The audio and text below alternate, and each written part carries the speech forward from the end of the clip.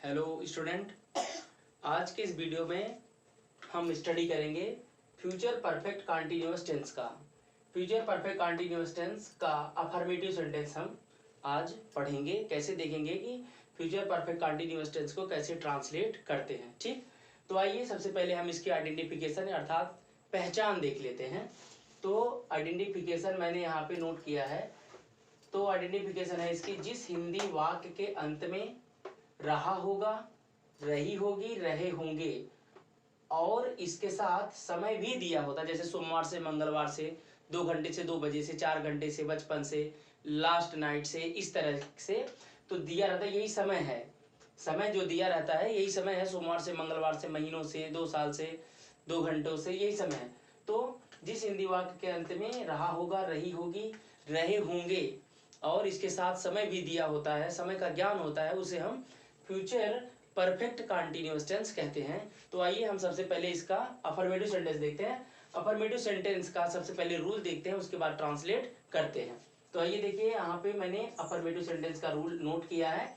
Affirmative sentence हो गया तो सबसे पहले क्या इसका रूल है, सब्जेक्ट लिखते हैं प्लस हेल्पिंग वर्ब। यहाँ पे हेल्पिंग वर्ब का मतलब होता है विल, शैल। ये फ्यूचर टेंस में, फ्यूचर इंडिफिनिट हो, फ्यूचर कंटीन्यूअस हो, फ्यूचर परफेक्ट हो, फ्यूचर परफेक्ट कंटीन्यूअस हो, सब में विल शैल का प्रयोग होता है। यही हेल्पिंग वर्ब होती है इसमें मेन। तो सब्जेक्ट हो गया, विल है, हेल्पिंग वर्ब हो गया। हेल्पिंग वर्ब का मतलब विल शैल मैंने आपको बता दिया। आई और बी के साथ शैल और बाकी के साथ विल का प्रयोग होता है। हेल्पिंग वर्ब हो गई, प्लस हैव लगाएंगे, बीन लगाएंगे, प्लस मेन वर्ब की फर्स्ट फॉर्म में आईएनजी लगाएंगे, यानी कि फोर्थ फॉर्म लिखेंगे, पार्टिसिपल फॉर्म। ऑब्जेक्ट लिखेंगे प्लस सिंस या फार लिखेंगे प्लस टाइम। सिंस में मतलब सिंस लिखेंगे या फार लिखेंगे, मतलब जो निश्चित समय रहेगा उसके लिए हम सिंस का प्रयोग करते हैं। जैसा कि मैंने आपको पिछले वीडियो में लिख के बताया था, जो प्रेजेंट परफेक्ट कंटीन्यूअस था, पास्ट परफेक्ट कंटीन्यूअस था, उसमें परफेक्ट कंटीन्यूअस था, तो मैंने आपको उसमें लिख बताया था कि किस किस के साथ ये सिंस लगता है, किस किस के साथ फार का प्रयोग होता है। तो आइए अब हम देखते हैं सिंस फार प्लस टाइम। तो आइए सबसे पहले अब हम इसको ट्रांसलेट करते हैं। तो सेंटेंस क्या है, वह 2 वर्ष से इस शहर में रह रहा होगा। देखिए, रहा होगा, रही होगी, रहे होंगे, आइडेंटिफिकेशन हमारा मिल रहा है, पहचान। रहा होगा, रही होगी, रहे होंगे, यानी कि यहाँ पे लिखा है रहा होगा, रहा होगा होगा। तो या और समय भी दिया है, देखिए यहाँ पे 2 वर्ष। तो अब हम इसको कैसे ट्रांसलेट करेंगे, देखिए हम इसको कैसे ट्रांसलेट करते हैं। ठीक है, ध्यान से देखिएगा, बिल्कुल 2 मिनट में समझ में आएगा, यानी कि कहने का मतलब 1-2 सेंटेंस में आपको समझ में आ जाएगा। तो आइए सबसे पहले हम अकॉर्डिंग टू रूल सब्जेक्ट इसको ट्रांसलेट करते हैं। तो सब्जेक्ट क्या है हमारा, ही है, वह शहर में रह रहा होगा, यानी कि जो रहता है वही सब्जेक्ट होता है, यानी जो करने वाला होता है वही सब्जेक्ट होता है। तो सब्जेक्ट हो गया। अब ये आई और बी तो है नहीं, इसकी हम शैल लगाएंगे, ये तो ही है, इसके साथ हम विल का प्रयोग करते हैं। विल हो गया, ही विल। अब उसके बाद हम यहाँ पे नोट करेंगे हैव बीन, ये अफर्मेटिव का रूल है और ये अफर्मेटिव सेंटेंस है he will have been. Main verb, main verb कहाँ पे, रहना, रह रहा होगा, यानी कि रहना। तो रहना का क्या होता है, लीव, लीव होता है, लेकिन जब हम इसमें आईएनजी लगाते हैं तो ई को हटा देते हैं, ये नियम होता है। तो लीव हो गया, लिविंग हो गया, रह रहा होगा हो गया। कहाँ पे रह रहा है, इस शहर में, तो होगा इन दिस सिटी, इस शहर में हो गया, सिटी का शहर हो गया, इस शहर में। और कब से रह रहे हैं, 2 वर्ष से। देखिए, जो काउंटेबल होता है, मैंने आपको पिछले वीडियो में बताया था, जो काउंटेबल होता है उसके लिए फार का प्रयोग होता है, सिंस का प्रयोग नहीं होता है। तो 2 वर्ष से है, तो हम यहाँ पे क्या लिखेंगे, फॉर 2 years। ये हो गया हमारा अफर्मेटिव सेंटेंस का पहला सेंटेंस। तो अब हम दूसरा सेंटेंस देखते हैं। तो आइए दूसरा सेंटेंस देखते हैं। तुम कई वर्षों से चाय पी रहे होगे। देखिए, रहे होंगे, रहा होगा, रही होगी, रहे होंगे, आ गया सेंटेंस, रहे होंगे, ये हमारा सेंटेंस हो गया। अब देखिए, इसमें समय भी दिया है, कई वर्षों से, कई वर्षों से, यानी कि ये अनिश्चित है। तो इसके लिए अब हम जानते हैं अनिश्चित है तो किस क्या सिंस का प्रयोग होगा कि फार का प्रयोग होगा। आइए देखते हैं, निश्चित समय के लिए सिंस का प्रयोग और अनिश्चित समय के लिए फार का प्रयोग। तो आइए देखते हैं, सबसे पहले हम सब्जेक्ट को लिखते हैं। यू हो गया, according to rule subject plus अब यू है, यू के साथ हम विल का प्रयोग करते हैं। ये हो गया हमारा। यू विल हैव लिखेंगे, बीन लिखेंगे। यू विल हैव बीन, तुम कई वर्षों से चाय पी रहे होगे, तो ये उसका रूल है। यू विल हैव बीन, पी रहे हो, क्या पी रहे हो? चाय। चाय के लिए टेक का प्रयोग होता है, तो टेक हो गया, टेकिंग लगा देंगे। टेकिंग क्या ले रहे हो? टी। चाय पी रहे होगे, कब से पी रहे होगे? कई वर्षों से। कई वर्षों के लिए फार का प्रयोग होता है, तो यहाँ पे हम लिखेंगे फार मेनी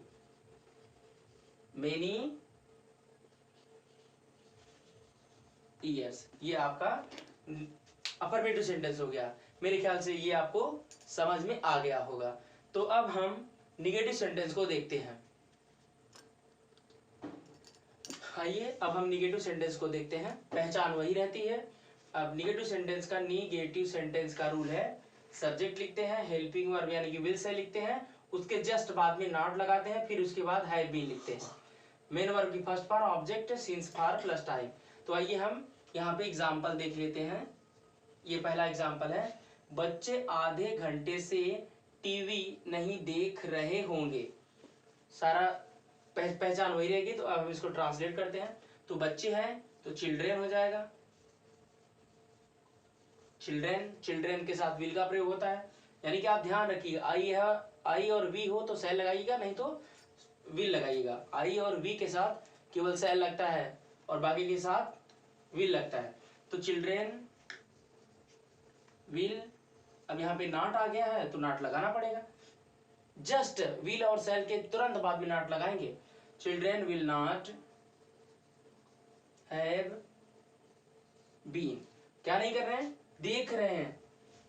देख रहे हैं तो सी मूविंग, वाचिंग, वॉच भी देखना होता है। क्या देख रहे हैं? टीवी। टीवी वाचिंग टीवी कब से देख रहे हैं? आधे घंटे से। आधे घंटे का मतलब होता है far of an hour. Half an hour का मतलब होता है आधा घंटा। हाफ एन आवर का मतलब 1 घंटा, हाफ एन आवर का मतलब आधा घंटा। तो अब हम इसको देखते हैं, और ये आधा घंटा है तो ये काउंटेबल हुआ। तो अब हम इसके लिए फार का प्रयोग करते हैं। फार हाफ एन आवर, ये हो गया हमारा सेंटेंस। अब हम दूसरा सेंटेंस देखते हैं, निगेटिव सेंटेंस का दूसरा सेंटेंस, और यही लास्ट सेंटेंस होगा आपका। आइए दूसरा सेंटेंस देखते हैं। मैं लंबे समय से तुम्हारे साथ रामायण नहीं पढ़ रहा हूँगा। रहा होगा, रही होगी, रहे होंगे, रहा हूँगा, तो आदि शब्द आते हैं। तो ये निगेटिव सेंटेंस है। अब हम इसको ट्रांसलेट करते हैं तो होगा मैं का आई हो गया, उसके बाद आई हो गया, आई के साथ शैल का प्रयोग करेंगे। आई शैल नॉट हैव बीन हो गया। अब हम तलाशेंगे मेन वर्ब कहाँ है, तो पढ़ना। मेन वर्ब क्या होता है? रीड हो गया, उसी में आईएनजी लगा देंगे, रीडिंग हो गया। क्या पढ़ रहा है? रामायण। Reading the Ramayana. रामायण जब लिखते हैं तो उसके पहले आर्टिकल द का प्रयोग होता है। द रामायण पढ़ रहा है। किसके साथ?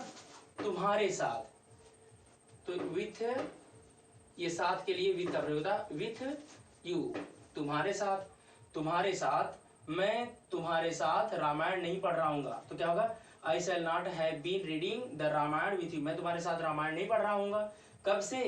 लंबे समय से। ये टाइम दिया गया है, तो लंबे समय से कोई समय नहीं है, निश्चित समय नहीं है, कब से? तो फार का प्रयोग करेंगे। फार अ लॉन्ग टाइम। ये हो गया हमारा निगेटिव सेंटेंस।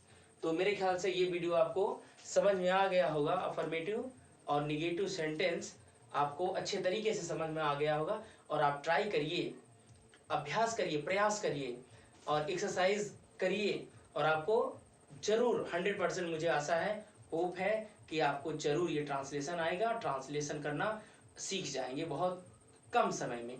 तो इस वीडियो के लिए आपको बहुत बहुत धन्यवाद। Thank you.